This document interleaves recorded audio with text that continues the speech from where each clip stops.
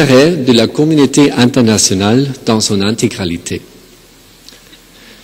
L'engagement des forces de sécurité togolaises dans le cadre des missions de paix des Nations Unies, surtout au Mali, et de l'Union africaine est fortement apprécié. Le Togo s'est beaucoup investi pour trouver des réponses adéquates aux nouvelles menaces sécuritaires, la piraterie, le trafic de tout genre, l'extrémisme religieux et le terrorisme, surtout dans les Sahel. Cela témoigne de la volonté et de la capacité du Togo de prendre ses responsabilités dans l'intérêt de la paix dans le monde et dans la région. La bonne tenue des élections législatives pacifiques en juillet 2013 était une grande satisfaction pour les acteurs et les observateurs du pays. Toutes les forces politiques importantes sont représentées à l'Assemblée nationale. Nous espérons vivement qu'elles deviennent le lieu de débats nationaux intéressants et constructifs sur les sujets importants et les défis du développement du Togo. Joseph Weiss et l'ensemble du corps diplomatique ont été marqués par les incendies des marchés de Lomé et de Kara et souhaitent que toute la lumière soit faite sur ce douloureux événement. Les réformes institutionnelles et constitutionnelles, la mise en œuvre des recommandations de la CVJR, le renforcement de la justice, le respect des droits de l'homme, la lutte contre la corruption sont des défis que doit relever le Togo. Pour ce faire, le doyen du corps diplomatique appelle tous les acteurs à la culture de la paix. Il faut un climat apaisé et serein. Nous encourageons tous les responsables à redoubler d'efforts pour trouver des solutions consensuelles et durables aux revendications sociales. La paix sociale, nous le savons tous, est un préalable pour affronter les problèmes de la pauvreté et du sous-développement. Nous disposons maintenant d'un document de référence et d'orientation. La SCAP nous permettra de mieux coordonner nos efforts pour atteindre les objectifs du millénaire qui vont être revus en 2015. L'environnement général pour les atteindre s'est développé favorablement. La croissance économique sur le continent africain est impressionnante, l'inflation est basse, les perspectives d'une croissance continue sont bonnes. Les atouts économiques du Togo sont évidents. La situation stratégique du pays, les corridors nord-sud et est-ouest, le seul port en eau profonde, bientôt un nouvel aéroport, des ressources naturelles importantes, des investissements qui augmentent, des infrastructures qui s'améliorent. Vous avez tout pour réussir dans un monde qui devient de plus en plus compétitif. Le corps diplomatique a promis son soutien au Togo dans ses efforts de développement et dans sa marche vers le renforcement de la démocratie et de l'état de droit. Joseph Weiss a clos ses propos en formulant pour le chef de l'État Fonia Singbe les meilleurs vœux de bonne santé, de paix, de prospérité et une bonne et heureuse année 2014. En réponse aux bons vœux du corps diplomatique, le président de la République Fonia Singbe a salué les bonnes relations d'amitié et de coopération qui lient notre pays à ses États et institutions et émis le vœu qu'elles se raffermissent davantage. Écoutons le chef de l'État, c'était ce matin au palais de la nouvelle présidence de la République, salle rotonde. Monsieur le doyen du corps diplomatique, monsieur le nonce apostolique, mesdames et messieurs les ambassadeurs et chefs des missions diplomatiques et consulaires, mesdames et messieurs les représentants des organisations internationales, mesdames et messieurs les consuls, distingués invités, mesdames et messieurs. Je voudrais, avant toute chose, souhaiter la plus cordiale bienvenue en ces lieux à toutes et à tous et vous remercier, monsieur le doyen du corps diplomatique, pour les mots aussi aimables et chaleureux que vous avez eus à l'endroit du peuple togolais à travers ma modeste personne. J'ai été particulièrement touché par les souhaits de bonne guérison que vous avez adressés au Premier ministre et à la présidente de la CENI. Et j'ai le plaisir de vous dire que le Premier ministre est sorti d'hôpital hier. Il se trouve dans une maison de repos et avant la fin de l'année, nous aurons la joie et le plaisir de le retrouver au Togo. En cette occasion, la solidarité entre les nations et notre partage, permettez que je me réfère comme vous au très regretté Nelson Mandela, dont l'héritage marquera à jamais notre histoire. Il y a quelques jours, l'hommage de la planète à l'un de ses plus grands fils a rapproché, ne serait-ce qu'un court instant, des pays ou des hommes longtemps opposés. Réunis autour d'une forte émotion commune, les différences se sont dissipées au profit de valeurs universelles de paix, de justice et de liberté. Son héritage nous engage à persévérer afin que l'action internationale, dans une démarche concertée et constructive, se fonde sur ces valeurs communes. Acteur d'une communauté de plus en plus interdépendante, où les frontières s'effacent progressivement devant nos liens historiques, économiques, politiques et humains, notre salut réside, ainsi que j'ai pu le souligner il y a un an en ces mêmes lieux, dans une mondialisation à visage humain. Car nous partageons tous les mêmes aspirations de progrès pour nos sociétés, et cela nous pouvons ou devons le réaliser ensemble. Comme l'a si justement dit Nelson Mandela il y a bientôt 20 ans, aucun de nous, en agissant seul, ne peut atteindre le succès. Monsieur le doyen du corps diplomatique, monsieur le nonce apostolique, chers amis du Togo, je voudrais à cet égard saluer votre engagement à tous auprès de la République togolaise et vous exprimer notre admiration pour le dévouement et le professionnalisme qui ont marqué votre action diplomatique et vos interventions sectorielles dans le contexte d'une année 2013 dont l'actualité fut riche en événements mais aussi en défis. Dans les mois écoulés, le Togo a poursuivi sous vos yeux sa marche vers la consolidation de l'état de droit et le développement économique et social.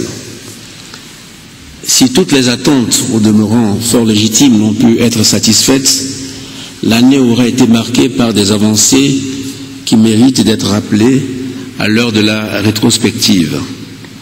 Au nombre de celles-ci, l'organisation, il y a quelques mois, d'élections législatives transparentes et sans violence.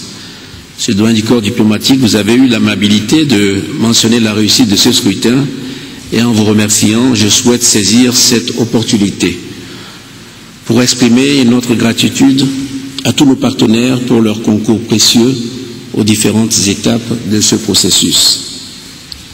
En affermissant ainsi sa stabilité et sa maturité au plan politique, je suis confiant que notre pays favorise les conditions de la poursuite, dans le cadre institutionnel le plus pertinent, des réformes nécessaires à la consolidation des progrès réalisés. En effet, le renforcement de l'architecture politique ne trouve son vrai sens que lorsqu'il participe de la promotion d'un développement durable, synonyme de mieux-être pour nos populations.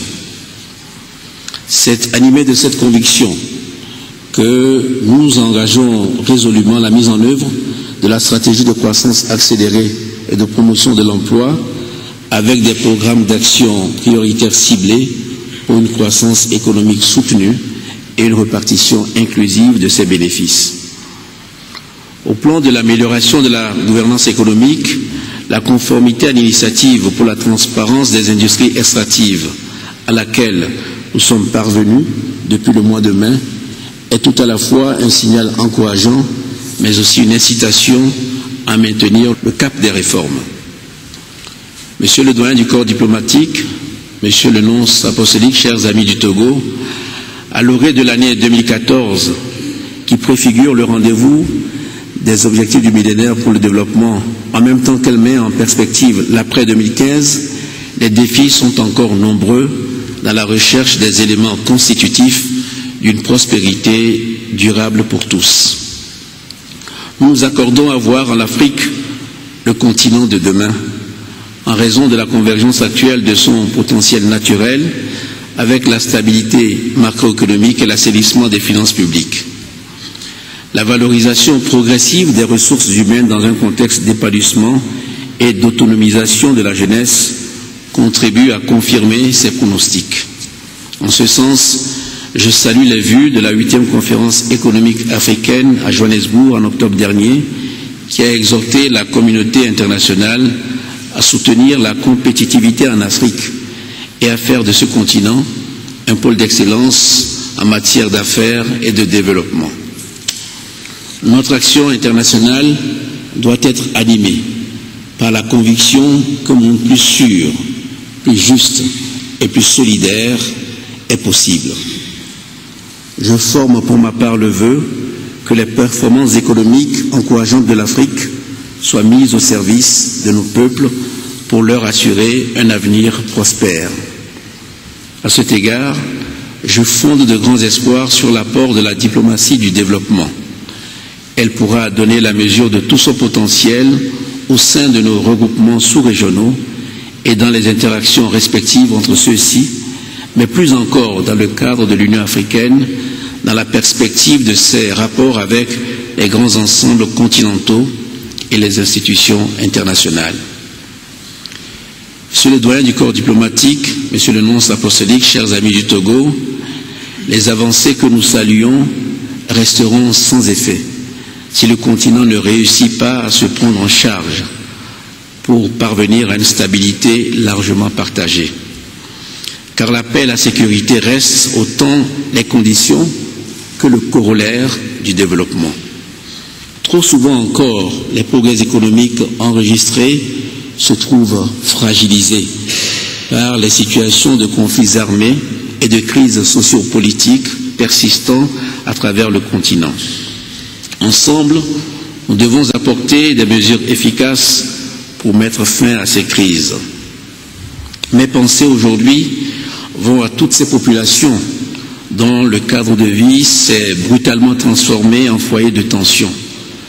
Je leur exprime au nom du peuple togolais la solidarité et le soutien. Et je veux leur dire notre détermination à œuvrer de concert avec l'ensemble de la communauté internationale au retour à une paix durable. À l'heure où je parle, la République centrafricaine est au centre des préoccupations que nous partageons tous. Si dans le cadre de la résolution 2127 du Conseil de sécurité des Nations Unies, l'action en appui aux forces africaines s'est mise en œuvre sous l'impulsion de la France, je ne saurais trop en appeler à un appui plus affirmé de l'ensemble de la communauté internationale. Que dire aujourd'hui des événements récents ou actuels du Sud-Soudan? On parle de centaines de morts. Il faut souhaiter que ce pays, dont l'avènement à la souveraineté internationale a suscité tant d'espoir, puisse rapidement régler ses problèmes, si besoin avec l'aide des pays voisins de la communauté internationale, pour que tous les espoirs placés en lui se trouvent réalisés. Le Togo, qui achève un mandat de 2 années au Conseil de sécurité des Nations Unies, ne manquera pas à l'avenir de maintenir une action diplomatique dynamique au soutien des différentes initiatives régionales et internationales visant à endiguer les problématiques sécuritaires qui compromettent sérieusement les efforts de développement de nos pays. Nous avons plus que jamais besoin de cette mutualisation élargie dans la lutte contre le terrorisme, le crime organisé et les mouvements armés sous les différents masques qu'ils peuvent arborer d'un pays à l'autre ou d'une région de l'Afrique à une autre. En matière de paix et de sécurité, ma conviction est que tout en maintenant les partenariats traditionnels productifs, nous gagnerons à progresser vers une articulation plus large entre les grands ensembles de l'Union africaine et de l'Union européenne et au sein des Nations unies. Devant la montée de nouvelles menaces qui requièrent notre plus grande attention, à l'instar de la piraterie maritime, spécialement dans le golfe de Guinée, la réponse la mieux adaptée est celle de la mise en commun de nos efforts. Je me réjouis des initiatives politiques concertées des communautés économiques des États d'Afrique de l'Ouest et du Centre auxquelles nous collaborons tous. Je voudrais réitérer ici mon plaidoyer pour un soutien accru de nos partenaires aux mécanismes de réponse nationaux et régionaux, ainsi qu'à la stratégie maritime intégrée de l'Afrique, dont le plan d'action est déployé par l'Union africaine. Monsieur le doyen du corps diplomatique, Monsieur le nonce apostolique, chers amis du Togo, je vous sais gré de votre engagement réitéré à accompagner en tant que partenaire du Togo nos efforts dans les différents domaines de développement. Le groupe des personnalités de haut niveau mandaté par le secrétaire général des Nations Unies pour réfléchir à l'approche de développement dans la perspective de l'après 2015 a très justement insisté sur un nouvel esprit de solidarité, de coopération et de responsabilité mutuelle. La solidarité entre les nations ne saurait se limiter aux défis contemporains en matière politique et économique. Il est regrettable d'assister au fil des ans à l'accentuation des effets des changements climatiques sur notre planète sans que la communauté internationale ne parvienne à s'accorder sur des engagements minima dans la perspective de l'après-Kyoto. Au mois de novembre à Varsovie, la conférence des États parties nous aura surtout permis de mesurer l'ampleur du chemin qui reste à parcourir avant la définition d'un agenda global des solutions au changement climatique. L'année qui vient constitue donc une multiple période de transition entre les efforts que nous avons engagés depuis la définition des objectifs du millénaire pour le développement et la nouvelle vision qui nous mène vers la recherche du mieux-être durable et inclusif dans un contexte de paix partagée. Donnons à la jeunesse africaine tous les atouts pour faire éclore ses talents. Renforçons les capacités et l'attractivité économique de nos pays. Mutualisons nos efforts pour lutter contre les problématiques telles que la criminalité, la piraterie et le terrorisme. Face aux défis de la sécurité, de la pauvreté, de la santé, de l'accès de tous à l'énergie et aux technologies et du changement climatique, mettons en œuvre nos ressources, nos compétences au profit d'un projet commun dont les bénéfices pour nos populations et nos pays ne connaîtront pas la notion de frontières. Le Togo estime que le monde n'a pas d'autre choix que celui de recourir à un partenariat sincère, vital et mutuellement avantageux. Dans ce contexte de défis partagés, autant que d'opportunités nouvelles, notre continent gagnera à renforcer les processus d'intégration au niveau sous-régional et régional, qui demeure une approche essentielle pour le développement de nos pays. Nous restons pour notre part résolument engagés à apporter notre contribution à l'édification d'une Afrique unie et prospère, ainsi que d'un monde stable et pris de paix, de solidarité et de fraternité.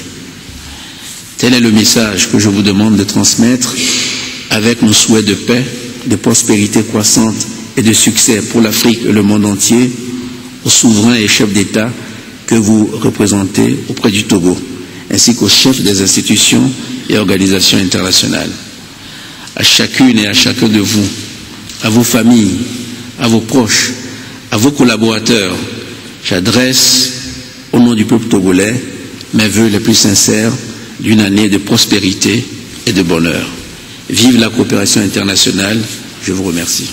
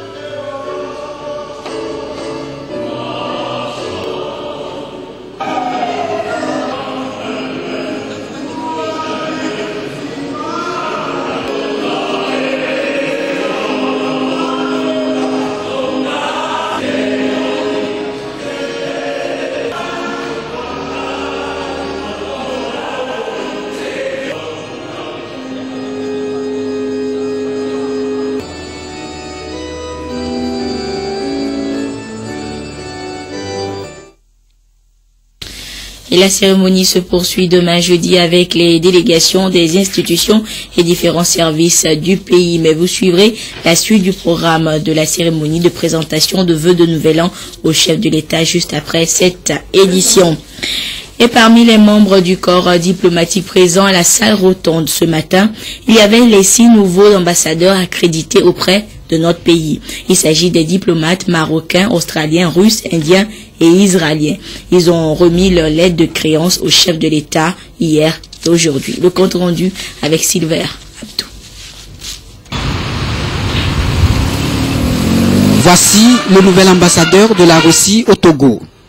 Oleg Kouvalchuk, diplomate, est arrivé au Togo pour l'accomplissement d'une mission, celle d'œuvrer pour les relations bilatérales entre le Togo et la Russie, surtout dans le domaine de l'enseignement.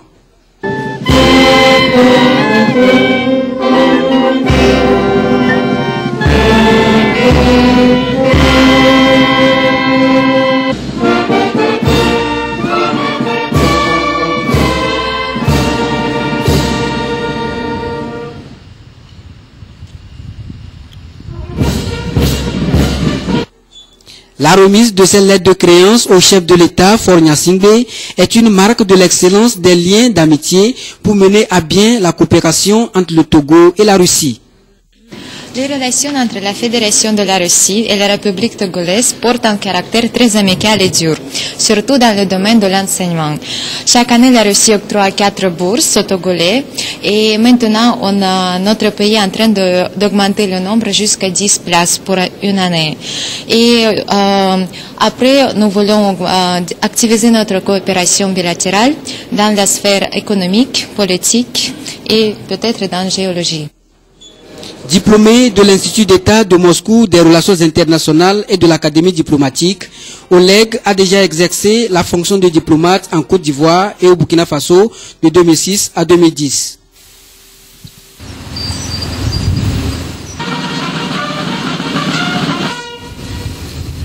Autre ambassadeur accrédité, le diplomate Jiva Saga d'origine indienne.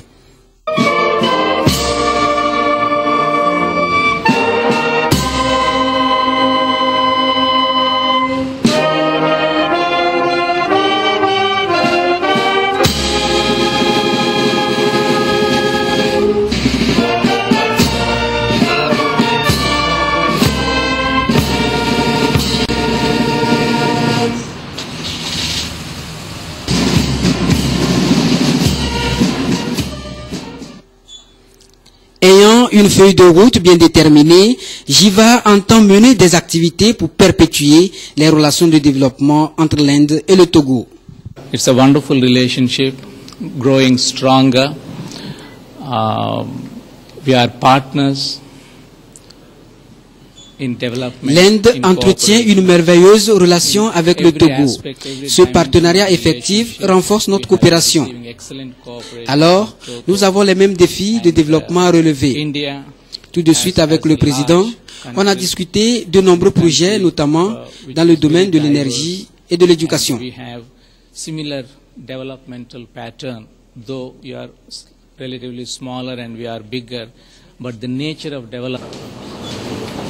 Pendant plus de 20 ans, Jiva a servi au ministère des Affaires externes dans le gouvernement indien et a été placé sur plusieurs missions à l'étranger.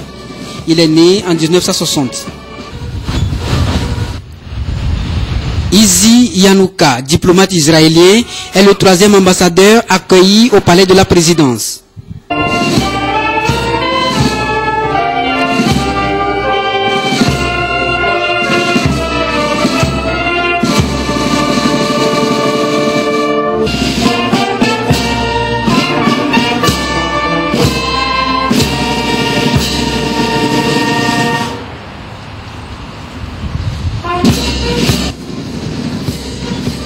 Selon lui, beaucoup d'actions ont été menées par l'Israël au Togo.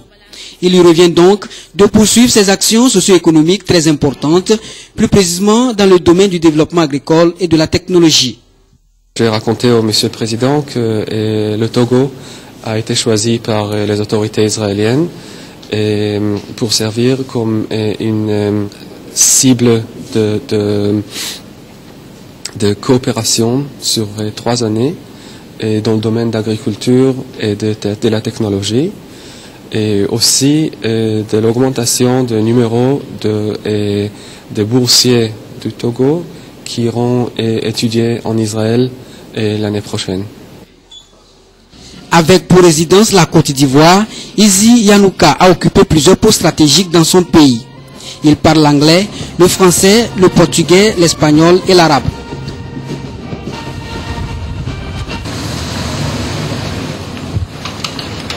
Les liens de coopération entre l'Australie et le Togo s'intensifient avec l'accréditation d'un nouvel ambassadeur d'Australie. Joanna Marie Adamson, diplomate australienne, vient d'être accréditée au Togo.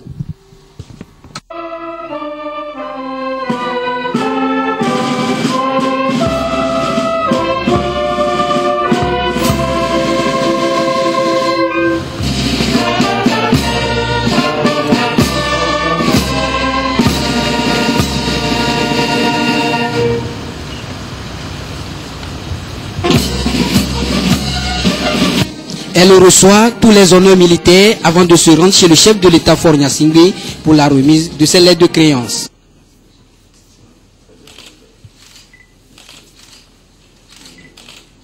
Je suis très heureuse d'être ici et j'ai hâte de travailler avec Monsieur le Président, Son Excellence Monsieur le Président, pour élargir et approfondir les liens amicaux entre nos deux pays. L'Australie est heureuse de soutenir le Togo avec des bourses pour les études en Australie. Et nous avons quelques petits projets aussi, mais surtout, il y a des bourses. Joanna Marie Adamson est diplômée en commerce à l'université de Monassan en 2006. Députée et chef de mission de la Commission australienne au Ghana et au Nigeria en 2010 et 2011, puis en Afrique du Sud. Elle est née en 1959 et parle couramment français et anglais.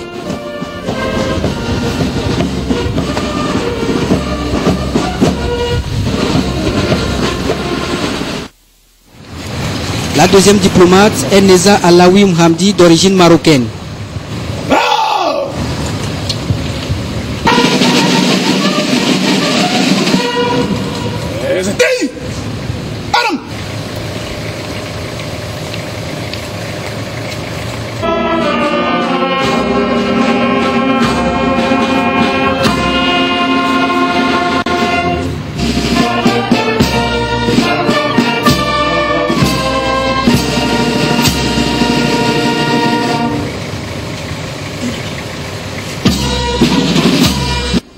Tout protocole respecté, elle a elle aussi remis ses lettres de créance au chef de l'État pour la poursuite des liens de coopération entre le Togo et le Maroc.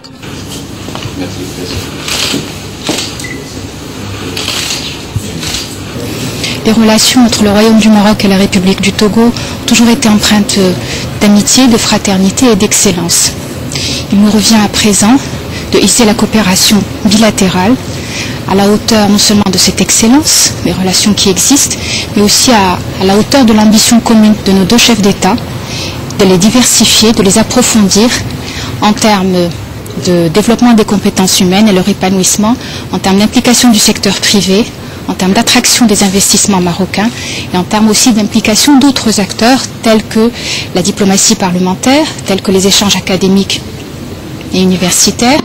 Neza Alaoui est diplômée en relations internationales. Elle a occupé plusieurs postes stratégiques avant d'être reconnue ambassadeur. Elle parle arabe, français, anglais, espagnol et italien.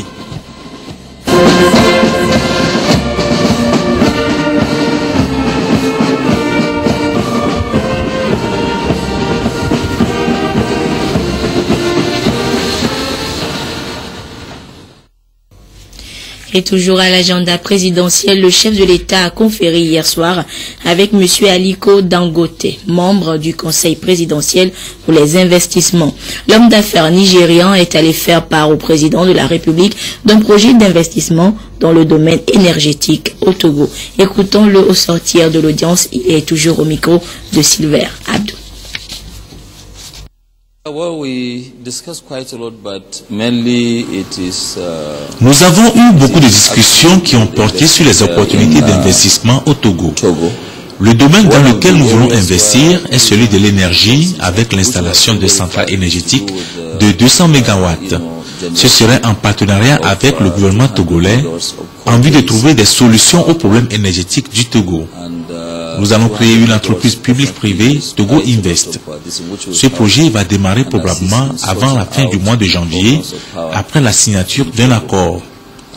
Nous allons aussi travailler en partenariat avec le gouvernement dans la transformation des matières premières en produits finis au lieu de les exporter. Voilà les domaines d'activité qui étaient au centre de nos discussions. Vous savez, dans les affaires, ce n'est pas toujours ce qu'on propose qui est accepté. Pour nous, c'est une occasion de démontrer que vous pouvez rentrer en partenariat avec l'État et faire de belles affaires. Je suis sûr que d'autres hommes d'affaires viendront investir aussi. Lorsque un ou deux accords sont signés, je suis certain qu'ils viendront. Les potentialités existent déjà.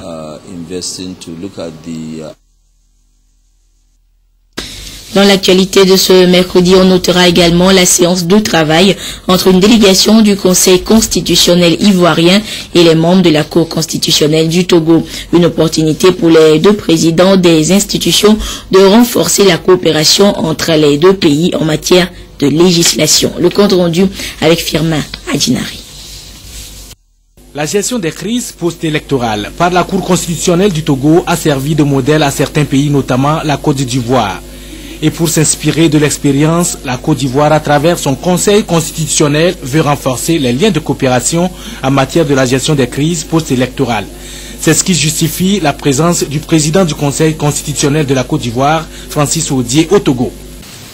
Ces échanges nous permettront de mieux comprendre la situation au Togo de comprendre la situation en Côte d'Ivoire, de nous enrichir mutuellement pour participer à l'apaisement dont les deux pays ont besoin en matière électorale comme sur tous les plans pour assurer le développement effectif des deux pays. C'est une fierté pour le Togo, à travers sa Cour constitutionnelle, d'adopter une vision commune, celle de tenir compte des préoccupations des uns des autres et faire avancer toutes les opinions pour des solutions d'apaisement. Je souhaite que cette rencontre bilatérale si heureuse se pérennise et nous permette, dans le cadre de cette coopération sud-sud, de renforcer l'organisation quadripartite des cours constitutionnelles et institutions assimilées regroupant le Bénin, la Côte d'Ivoire, le Ghana et le Togo, que nous avons lancé ici même en 2009 avec l'appui de la Fondation Anseder. L'expérience de notre cours tirée justement de cet accord politique global, c'est-à-dire l'application en période de crise d'un droit produit en dehors des procédures constitutionnelles. Après les cours constitutionnels du Bénin et du Ghana, qui ont fait déjà les mêmes pas, l'action de coopération sud-sud doit consolider ses bases pour une démocratie renforcée dans la sous-région. Culture à présent, depuis dimanche, plusieurs sociétés initiatiques et couvents du Togo et d'ailleurs font valoir leur tradition à travers danse et chant. Le festival des divinités noires, c'est également du vernissage. À la place Akofin à Anéro, deux photographes professionnels, des Blancs, ont exposé des photos qui retracent les divinités noires du Togo. Idem sous support. Ces hommes et femmes aux tenues exotiques appartiennent à des sociétés initiatiques ou à des couvents vaudous ici exposés pour le public d'Anéro par Jean-Michel Fickinger et Danny Le Riche, tous deux artistes photographes. Des portraits réalisés au Togo à l'occasion des cérémonies rituelles avec pour toile de fond des divinités du Sud et celles du Nord Togo. Les clichés retracent non seulement la force de l'océan avec le couvent Lacran et dans Dagodrafo, les Gorovodou, les couvents étrons qui sont les maîtres du couteau, mais aussi les condamnants du Nord et les jeunes filles vierges d'Adangbe. Ce qu'on a remarqué, c'est des petites différences dans la musique, mais ce sont les mêmes divinités, elles ont simplement des noms différents. On retrouve par exemple au Brésil le Shango, qui est un orisha, et l'équivalent ici c'est les Viesso. Donc c'est à peu près comme les sources sont ici, ce qui se pratique au Brésil, ça vient d'ici. Alors ce sont des images qu'on a faites en 2011 au cours du Festival des Divinités Noires. Chez ces sujets photographiés, tout est support. Vêtements, parures, peintures corporelles, objets les plus ordinaires, couleurs et formes, gestes et paroles. Bardés de charges magiques protectrices, ces adeptes marquent la présence des forces de l'au-delà qui certaines fois peuvent se mettre en courroux. Et dans ce cas, qu'advient-il? Ce monsieur-là, on l'a photographié en 2011 dans son village et on a appris en accrochant les photos cette année, on nous a dit qu'il était décédé. Alors il serait décédé au cours d'un rituel en pratiquant le rituel avec les couteaux et apparemment, d'après les explications qu'on a eues, il n'a pas respecté le rituel comme il aurait dû et les génies se sont vengés. L'identité des vaudous, la force qui les anime et l'histoire des peuples se confondent. Cet enchevêtrement atteint son paroxysme lors des séances collectives de trance, comme ici en vidéo. Les adeptes de Blekete, par exemple, transcendent le temps, mettent en doute l'unicité de l'individu et refondent la fusion entre l'homme et la nature.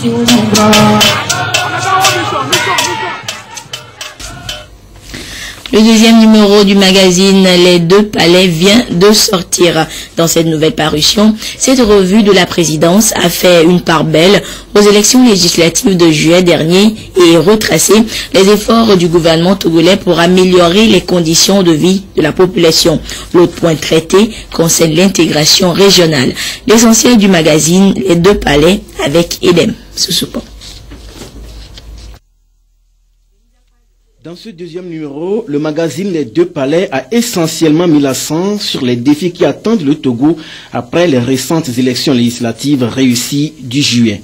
Et si l'on sait que c'est le parti politique UNIR qui a eu la majorité des sièges au Parlement, Les Deux Palais parlent d'une victoire de tout le peuple togolais qui est définitivement exorcisé des démons de la violence électorale.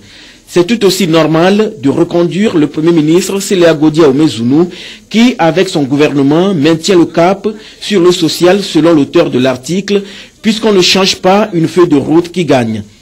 Et c'est avec visiblement une grande satisfaction que la présidente de la CENI, Angèle Dola Adiga, a remis le rapport de la CENI sur les élections au président de la République.